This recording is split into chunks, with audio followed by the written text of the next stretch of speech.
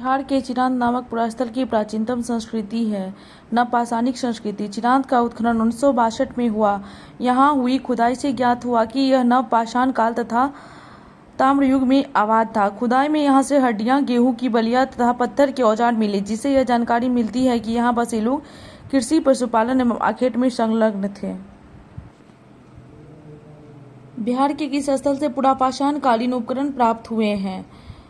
उपरोक्त सभी। जेठियन घाटी, नालंदा, राजपोखरा, भागलपुर, वाल्मीकि नगर, पश्चिम चंपारण सभी से।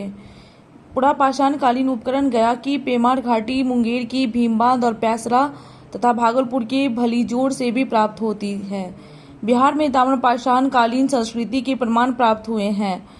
उपयुक्त सभी। मनेर, सेनुआर, ताराडीह सभी से। बिहार में प्रागैतिहासिक काल से संबंधित कौन सा कथन सही है? सभी सही है। बिहार के शेरघाटी गया से प्रागैतिहासिक मानव के 2 चट्टानी आवास मिले हैं। बिहार के कुतुबपुर एवं चेचर, वैशाली, मनेर, पटना, सेनुआर, रोहतास से नवपाषाण युगीन स्थल प्राप्त हुए हैं। चिरांद गंगा नदी के तट पर स्थित है। सभी सही है। बिहार में पूर्व ऐतिहासिक काल का आरंभ होता है 40,000 ईस्वी पूर्व से। बिहार में पूर्व ऐतिहासिक काल के अवशेषों में प्राप्त हुए हैं कुल्हाड़ियों के फलक, चाकू एवं खुरपी, मृदभांड सभी। बिहार में आदि मानव के निवास के आरंभिक साक्ष्य कहाँ से प्राप्त हुए हैं? मुंगेर एवं नालंदा से। बिहार में आदि मानव के उपस्थिति के आरंभिक साक्ष्य किस युग के हैं? पूर्व प्रस्तर युग के। बिहार में मध्यवर्ती प्रस्तर युग के साक्ष्य मिले हैं मुंगेर से। बिहार में चिरांद, सारण एवं चेचर, वैशाली से किस युग के अवशेष प्राप्त हुए हैं?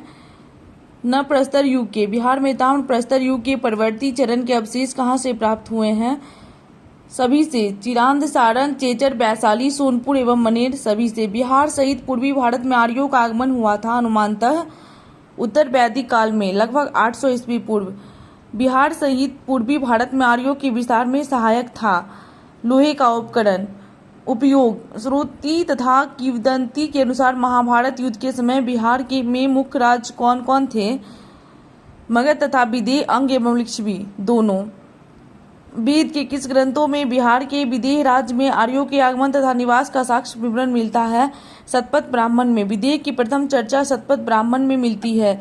बिहार का कौन सा प्राचीन राज्य आरंभ में बहुत दिनों तक आर्यावर्त के बाहर था तथा अनार्य जाति के लोगों का आवास स्थल रहा? मगध। बिहार में उपनिषद काल में ब्राह्मण धर्म तथा ज्ञान का महान केंद्र था। विदेह। विदेह के राजा जनक प्रसिद्ध दार्शनिक थे। यह राज्य व्याकरण, साहित्य तथा दर्शन शास्त्र का महत्वपूर्ण केंद्र था। अथर्ववेद में व्रात शब्द का प्रयोग किस राज्य के लोगों के लिए किया गया है? मगध के लिए। अथर्ववेद के एक सूक्त में पहली बार मगध का वर्णन मिलता है। बिहार का कौन सा राज्य उत्तर वैदिक काल का महत्वपूर्ण राज्य था? विदेह। बिहार के भौगोलिक क्षेत्र की चर्चा सर्वप्रथम किस साहित्यिक रचना से मिलती है? शतपथ ब्राह्मण। बिहार में विदेह राज की स्थापना किसने की थी? नेमी।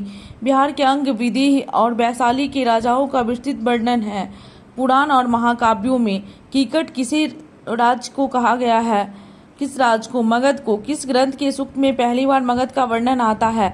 अथर्ववेद में।